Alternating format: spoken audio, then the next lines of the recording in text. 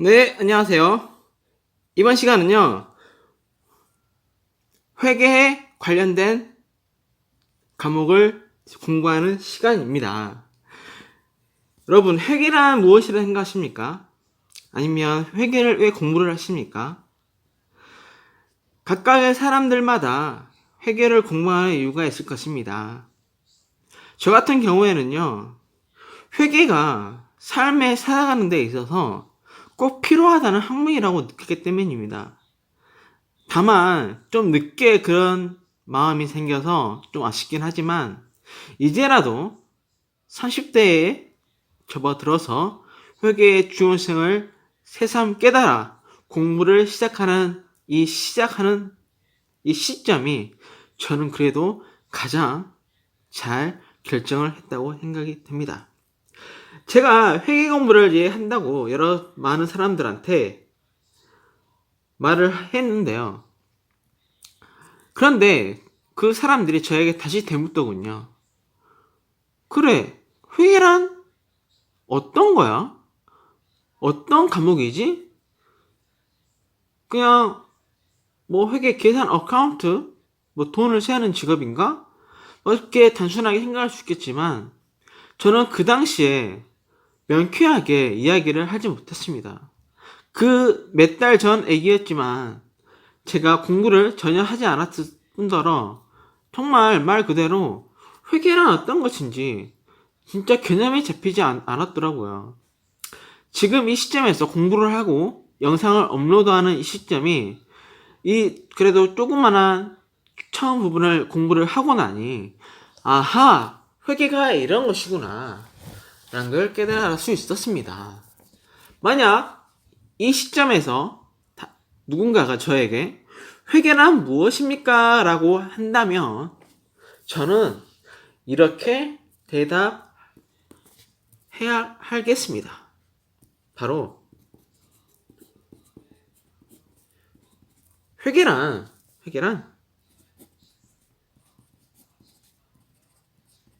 유용한 정보의 제공이다라고 할 수 있겠죠. 이러한 이 문장이 정말 중요하다고 봅니다. 왜냐하면 이 문장에서 많은 우리 해외와 관련된 과목들의 목차가 만들어졌기 때문입니다. 이 문장에서 더 나아가 하나씩 이제 되물을 수 있겠죠. 유용한 정보의 제공이라 하였다면 누구에게 제공하느냐 라고 할 수 있겠죠. 즉, 제공의 대상에 대해서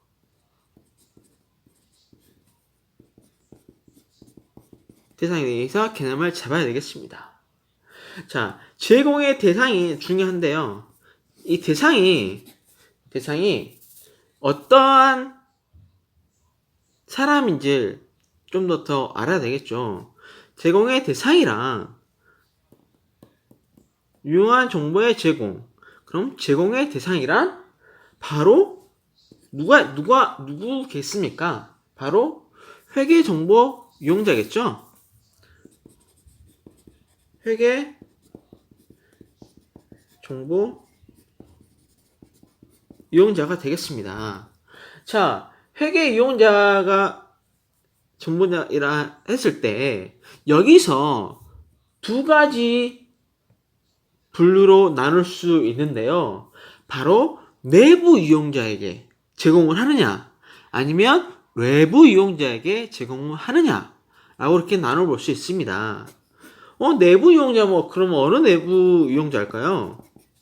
내부 이용자 스파이들의 내부 이용자 내부 정보 이용자를 내부 이용자라고 명칭을 하지 않잖아. 그렇게 말을 하잖아요. 스파이더맨 같은 스파이더맨 컴퓨터 프로그래머 해킹 그 사람들을 내부 정보 이용자를 하잖아요. 근데 그런 내부 이용자가 아니라 이렇게 한 칸을 띄어서 내부 이용자 내부 이용자라고 할 수 있겠습니다. 바로 기업을 기준으로 했을 때 기업 내부에 있는 경영자가 내부 이용자라고 할 수 있겠죠. 그 다음 외부 이용자로 외부 정보 이용자가 있습니다. 바로 누구겠습니까? 바로 주주들이 모여서 회사를 설립하고 또는 기업에서는 누군가에게 자금을 빌려서 회사에 경영을 하는 경우도 있습니다. 그 빌려 주었던 그 사람들을 보고 채권자라고 하죠. 이런 사람들을 보고 외부 이용자라고 할 수 있겠습니다. 더 뒤에 많이 있지만 등등으로 할 수 있겠고요. 이렇듯 회계정보위원자에는 내부 이용자가 있고 외부 이용자가 있습니다.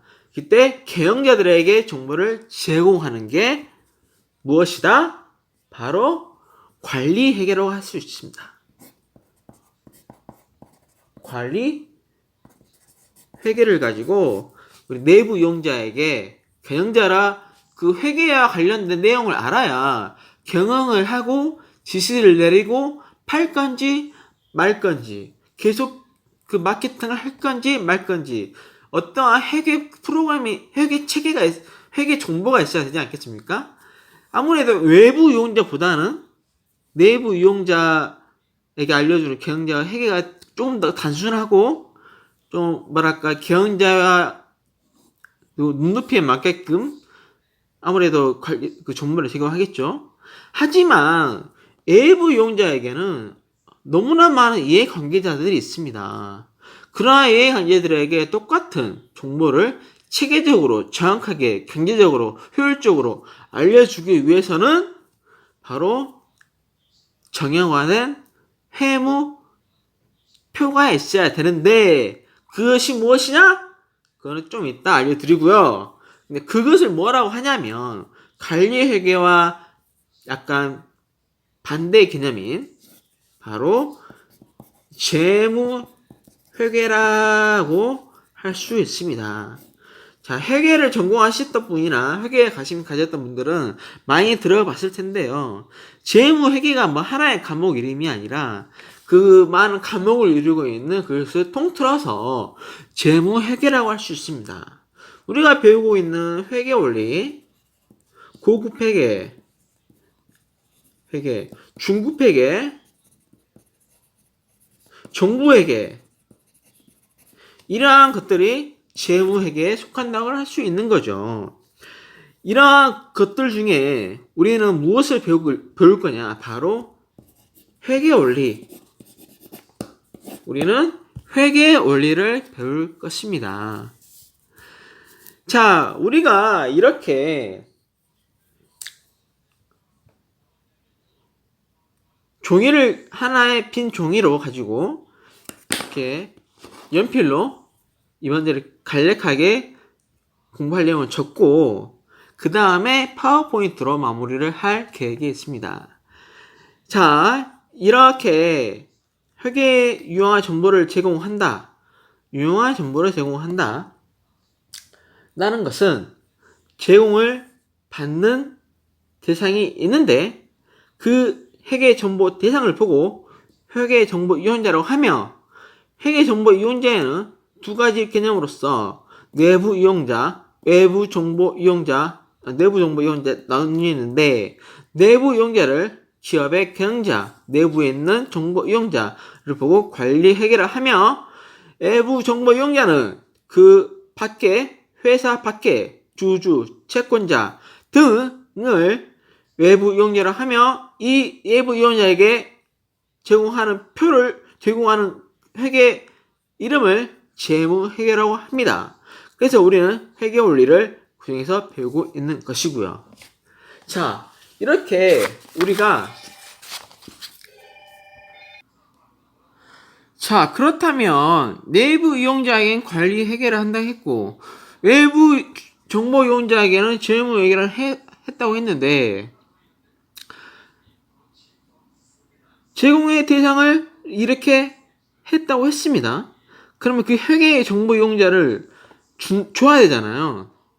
그러면 그 회계를 정말 줬을 때, 뭐 전화를 한다든지, 200만 원 벌었어 이렇게 한다든지, 뭐 아니면 메일로 보내다든지 이렇게 하지는 않겠죠. 복잡한 회계 프로그램이 있겠죠. 그 회계와 관련된 제공의 수단을 우리가 또 배워야 하지 않겠습니까? 제공의 수단. 그 제공의 수단을 배워야 우리가 또 회계를 하나씩 배워가는 거라고 할 수 있겠습니다. 자, 제공의 수단은 무엇일까? 우리는 그 회계의 정보 이용자에게 재무 회계로서 정보를 제공한다고 했을 때 그 명칭이 바로 Financial Status, 재정 상태 표들이라고 우리말로써 이해를 할 수 있습니다. 하지만 이런 여러 표들라고 하기엔 좀 명칭이 길잖아요. 짧게 뭐라고 하냐면 바로 제공의 수단에 관련된 표를 재무 제표다라고 명칭을 부여합니다. 많이 들어보셨죠? 이 재무가 파이낸셜이고요. 이 제자가 여러 제자입니다. 여러 표들이라는 뜻으로 해석할 수 있겠죠. 그러니까 이 제공의 수단, 그 표 안에 그 그릇에 담겨서 제공을 한다 그겁니다. 그러니까 바로 이 재무지표를 또 무엇이라 할 수 있냐면 유용한 정보를 담는 그릇이다라고 할 수 있겠습니다. 자, 이렇듯 이 제자가 여러 표라고 했는데 가장 대표적인 표 두 개가 있습니다. 바로 무엇이냐? 정말 중요한데요. 우리가 이제 배워나갈 부분이에요. 이 부분이 바로 재무 상태표가 있고요. 그 다음에 바로 포괄 손익 계산서라고 할 수 있겠습니다. 뭐 아래 세 가지가 더 있는데요. 뭐 나중에 배우도록 하고요. 우리가 이 재무 상태표 그리고 포괄 손익 계산서를 배워 나갈 것입니다. 그렇다면 우리 간략하게 개념을 한번 잡아볼까요? 이 재무 상태표와 포괄 손익계산서는 말 그대로 제공의 수단, 유용한 정보를 담는 그릇이에요.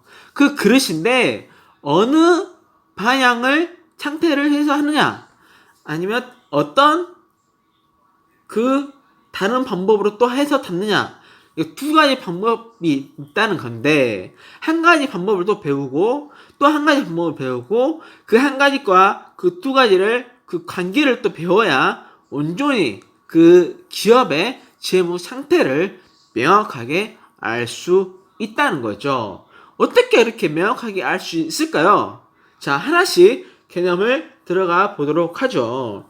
이 재무 상태표는요, 바로 일정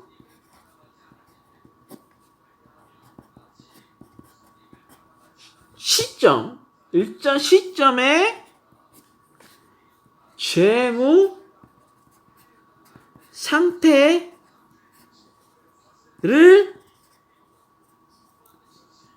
나타낸 표입니다. 여기서 포인트는 뭐냐면요, 일정 시점이에요. 그냥 그 시점, 우리 뭐 영어에 전치사에서 시점, 기간 많이 배웠죠. since 할 때는 시점이고 for, in, over 같은 경우에는 기간이라고 배웠죠. 갑자기 영어를 하는데 우리 공인 회계를 배우는 수험생이라면 영어도 공부를 하기 때문에 토익이죠. 한 번씩 영어와 관련된 개념을 가지고 이 회계와 접목을 시킬 테니 잘 이해를 하십시오. 자, 아무튼 일정 시점입니다. 그 상태의 재무 상태를 나타내는 것이죠. 그러니까 너 지금 얼마야? 너 지금 얼만데? 그것을 보고 그 상태 시점이라고 할 수 있겠죠. 자, 이렇듯 재무 상태표는 일정 시점에 재무 상태를 나타내는 표입니다. 말했듯이 너 얼마야 하실 때 바로 그 상태 개념이라고 할 수 있겠죠. 일반적으로 그렇게 물어본다면 그 사람의 뭐 노수자라면 노수자들끼리 얘기한다면 뭐 그 상태의 금전적인으로 확인이 되겠지만 일반적인 사람한테는 현금도 안 가지고 다니고 카드도 가지고 있는 것처럼 수중에 돈이 얼마 없다 하더라도 그 사람의 뭐 월급이라는 연봉이라는 그런 개념이 더 금전적으로 재정 상태를 파악하지 않잖아요. 그렇듯 이게 파악이 안 되는 부분도 있기 때문에 이 포괄손익 계산서가 그것을 보충합니다. 자, 포괄손익 계산서에서 좀 더 개념을 좀 더 알아볼까요? 자, 포괄손익 계산서는요, 일정 시점이라면 여기는 바로 기간입니다. 일정 기간 동안에 경영 성과를 나타낸 표라고 할 수 있겠습니다. 자, 재무상태표랑은 뭔가 참 다르죠? 여기는 일정 시점이었다면 여기는 일정 기간 동안에 일정 동안에 차이점이 있겠고요. 재무상태표에서는 이럴 일정 시점 재무상태라면 포괄손익 계산서에는 경영 성과라는 표현을 썼습니다. 자, 여기서 여러분들이 이제 많이 헷갈릴 수 있겠지만 간단해요. 이것은 이제 뭐라고 하냐, 여기는 얼마 있니라고 했다면 여기는 얼마 버니 할 수 있겠죠. 얼마 버니, 연봉 얼마니, 월급 얼마니, 주급.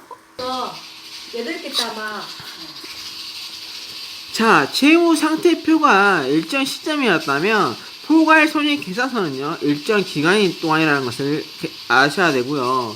재무상태표가 재무상태였다면 포괄손익 계산서는 경영성과라고 나타낼 수 있습니다.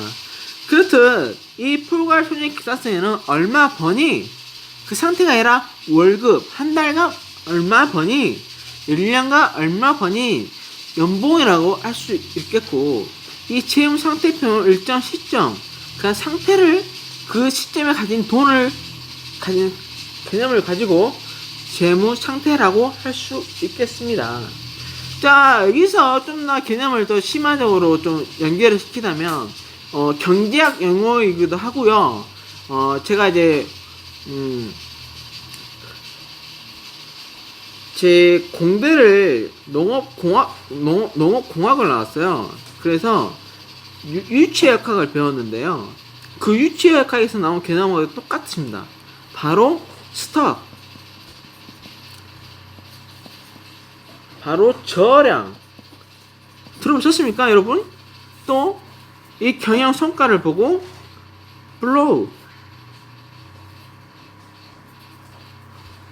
유랑이라고 할 수 있습니다. 그 흘러가는 그런 속도를 계산했을 때 이 유랑을 계산해야 되고, 또 그 상태의 그 시점에 따라서 저량을 또 입력을 해야 되겠죠.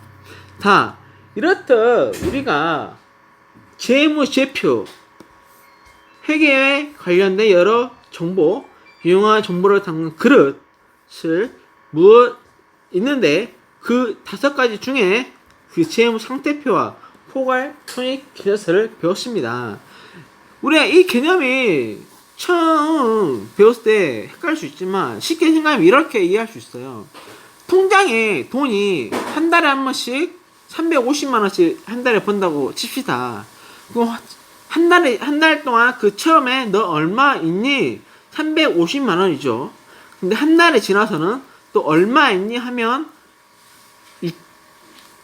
700만 원이 되겠지만 너 얼마 버니 했을 때는 한 달에 350이니까 350이라고 계속 말하면 되는 것이고, 하지만 그 시점에 따라서는 그 상태는, 나의 재무 상태는 700만 원 그리고 1100만 원 이렇게 시점에 따라서 그 상태를 나타내고, 하지만 일정 기간 동안의 경영 성과는 한 달에 350만 원, 그 플로우라고 생각할 수 있습니다. 자, 여러분, 지금까지 제가 빈 용지에 이렇게 간략하게 써봤는데요. 이제 파워포인트로서 마무리를 짓도록 해보겠습니다. 자, 여러분, 이제 제가 준비를 초반에 첫 시간도 있지만 제가 3일에 걸쳐서, 일주일에 걸쳐서 다 교환을 만들었어요. 이것을 다 마무리하고 오늘 수업 마무리하도록 하겠습니다. 자, 우리가 이제 제가 회계원리 일부이고요. 왜 일부를 했냐? 양이 상당히 많아요, 회계가. 그래서 여러분들께 처음 시작을 했으면 마무리도, 자, 이제 파워포인트로서 마무리를 해보도록 하죠. 자, 우리 이제 D-Day 62교일로 정했고요. 오늘로써 1회차입니다. 그리고 일부라고 했는데, 우선 제가 D-Day 61이지만 기간이 더 늘어날 것 같아요. 그래서 우선 첫 삽을 떼는 게 중요하기 때문에 우선 D-Day 61일로 꾸준히 한다는 전제하에 이렇게 숫자를 D-Day를 정했습니다. 그리고 이제 초반에 목차를 간략하게 언급하고 수업을 시작하도록 하죠. 자, 제가 수업을 할 이런 회계 원리는요, 총 3가지 파트로 나눕니다. 먼저 첫 번째 파트가 회계의 기초와 복습부기 원리인데요. 자, 이제 파트 2는 재무상태표와 포괄 손익계산서, 우리가 처음에 첫 1강 때 배운 내용이죠.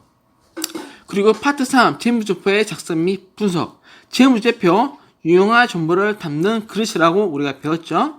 첫 시간이 정말 중요해요.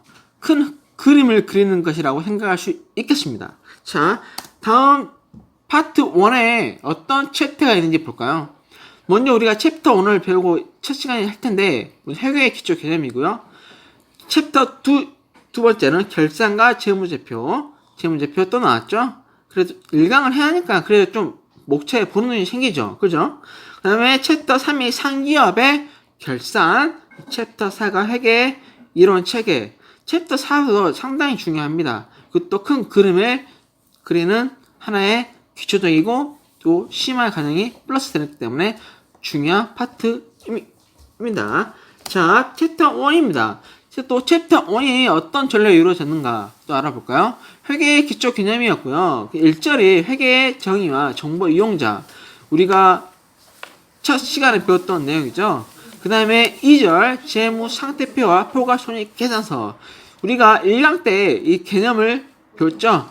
2절은 이제 구체적으로 재무 상태표가 어떤 것이고 포괄 손익 계산서는 어떻게 계산을 하는지 나올 것입니다. 상당히 처음 배우는 사람한테 복잡하지만 전혀 어렵지 않아요. 정말 단순한 원리로 돌아가는 것이기 때문에 좀 어려워하지 마시고 포기하지 마시고 반복하고 오랜 시간 동안 충분히 공부를 하시면 충분히 누구든지 청취를 할 수 있습니다. 3절은 개정에 이어요. 우리 이제 안 배웠으니까 목차만 한 번씩 가볍게 읽어보는 걸로 머리에 박아 둡시다. 4절은 거래의 의미, 거래의 의미야 거래의 이중성. 그리고 5절은 붕괴의 의미와 기록. 그 다음에 6절 정기와 총계 정원장. 좀 단어들이 어렵네요. 처음 배우는 사람도 어렵죠. 저도 어려운데 하나씩 배워가면서 공부하면 얼마든지 많은 사람들이 합격을 하고 못할 거 없다고 봅니다. 자, 1절 들어가도록 하죠. 자, 이제 1강입니다. 자, 회계란 뭐라고 했죠? 유용한 정보의 제공. 유용한 정보의 제공은 누구에게? 회계 이용자에게 제공의 수단을 가지고 제공을 한다고 그랬습니다. 기억하십니까? 기억하셔야 돼요. 자, 1절 회계의 정의와 정보 이용자입니다. 자, 우리가 이제 파워포인트로 마무리를 하는 건데요. 가볍게 읽고 마무리를 이제 배웠으니까 정리하고 마무리하도록 하죠. 자, 회계의 정의는요, 유용한 정보의 제공입니다. 자, 좀 더 이제 학문적으로 이야기를 하다 보면은 회계란 회계의 정보 이용자, 우리 이용자 배웠죠? 제공의 대상, 내부 이용자와 외부 이용자 배웠죠? 기억나죠? 이 정보 이용자에게 함정의 판단이나 경제적 의사 결정을 할 수 있도록 기업의 실체에 관한 경제적 정보를 식별하고 측정하여 전달하는 과정을 회계 정의라고 하는 것입니다. 자, 여러분, 그래도 한번 배우고 나서 두 번째로 보니까 더 이해가 잘 되죠? 회계 정보 이용자는 두 가지 부류가 있다. 내부 이용자와 외부 이용자가 있는데, 내부 이용자에는 경영자라고 할 수 있겠고, 외부 이용자에는 주주, 채권자 등라고 할 수 있겠으며, 그러한 내부 이용자, 경영자에게 제공하는 회계를 관리 회계라 하고, 주주, 채권자에게 제공하는 회계를 재무회계라 하는데, 우리가 배우는 이 회계 원리는 바로 재무회계에 속하는 것이며, 이 회계 원리를 배우고 있는 것입니다. 알죠? 자, 바로 나옵니다. 회계 이용자, 정보의 대상, 경영자, 채권자, 주주, 전무기관, 종업원 등이 있겠죠. 말했듯이 회계 정보 이용자는 내부 이용자와 외부 이용자가 나눌 수 있겠고, 경영자, 주주, 채권, 경영자에게 정보를 제공하는 걸 관리 회계, 외부 이용자에게 주는 걸 재무 회계라고 할 수 있겠습니다. 자, 이것을 우리가 이제 제공의 수단에 어떻게 제공하느냐, 그 제공의 수단에 대해서 알아야 되는데요. 자, 여기서 바로 회계에서 정보 이용자에게 내부 이용자 또는 외부 이용자에게 제공하는 보고서를 재무제표라고 합니다. 이 재무 Financial Statement S잖아요. 이 복수의 개념이란요. 이 Z자가 복수의 개념이라는 거예요. 그래서 가장 기본적인 재무제표가 바로 재무상태표와 포괄손익계산서가 있다라고 할 수 있겠습니다. 알겠죠? 자, 그래서 제공의 수단 재무제표 유용한 정보를 담는 그릇인데, 그 중에 5가지 중에 2가지 재무상태와 포괄손익계산서를 배웠습니다. 회계에서는 재무제표라고 하면 가장 기본적인 재무제표로는 재무상태표와 포괄손익계산서가 있다. 또 썼습니다. 중요하기 때문에. 재무상태표는 특정 시점에 재무상태를 나타내는 표이고요. 스톡, 저당이라고 할 수 있겠고, 얼마 가지고 있냐, 우리가 하나씩 구체적으로 배우다 보면 이해가 더 잘 되실 거예요. 두 번에 포괄 손익 계산서는 특정 기간 동안에 이거 빨간 한 거 중요하다는 거예요. 경영 성과를 나타내는 플로우, 성과를 유랑의 플로우라고 할 수 있겠죠. 얼마 버니라고 할 수 있겠습니다. 자, 이제 파운스로 두 번 전개를 하니까 더 이해가 더 깔끔하게 되죠. 이런 식으로 수업을 진행할 거예요. 빈 종이에 앞으로 별 그것을 판사를 하고요. 그 다음에 마지막으로 이 파워포인트로 마무리를 해서 개념을 한 번 더 복습하는 개념으로, 정리하는 개념으로 해서 마무리를 하도록 하겠습니다. 자, 이번 첫 시간은 여기까지고요. 다음 시간에는요, 재무상태표에 대해서, 그리고 포괄손익계산서에서 이 두 가지 개념을 배우고 그 다음에는 재무상태표와 포괄손익계산서의 서로 관계를 알아야 명확하게 그 사람의 재무상태표를 알 수 있겠죠. 그렇게 다음 강의에서는 그렇게 배우도록 하겠습니다. 여러분 첫 시간인데 회계 참 재밌죠? 할만하죠? 회계는 할 수 있는 거예요. 어렵다고 하지 말아요. 회계는요 삶에 있어서 꼭 필요한 전개적인 지식이란 말이에요. 어떠한 집을 살 때라든지 월급을 해서 적금을 하면서라든지 모든 것이 다 회계예요. 다 회계로 귀결이 돼요. 사업을 하는 사람은요 오늘 하루에 얼마나 벌었으면 재정 상태는 잘 이해되어 있는가, 그런 걸 알기 위해서 오늘 배운 일각만이라도 알아야 정확하게 알 수 있지 않겠습니까? 여러분 저와 함께 회계를 마무리 하도록 하죠. 여러분의 소중한 댓글이 저를 행복하게 합니다. 여러분들의 소중한 조회수가 저의 힘을 나게 하는 거예요. 하지만 저는 개의치 않아요. 저는 무조건 61일 동안 마무리를 지을 겁니다. 아무튼 결론이 길었네요. 자, 오늘은 여기까지 마무리하겠습니다. 다음 시간에 뵙겠습니다. 안녕!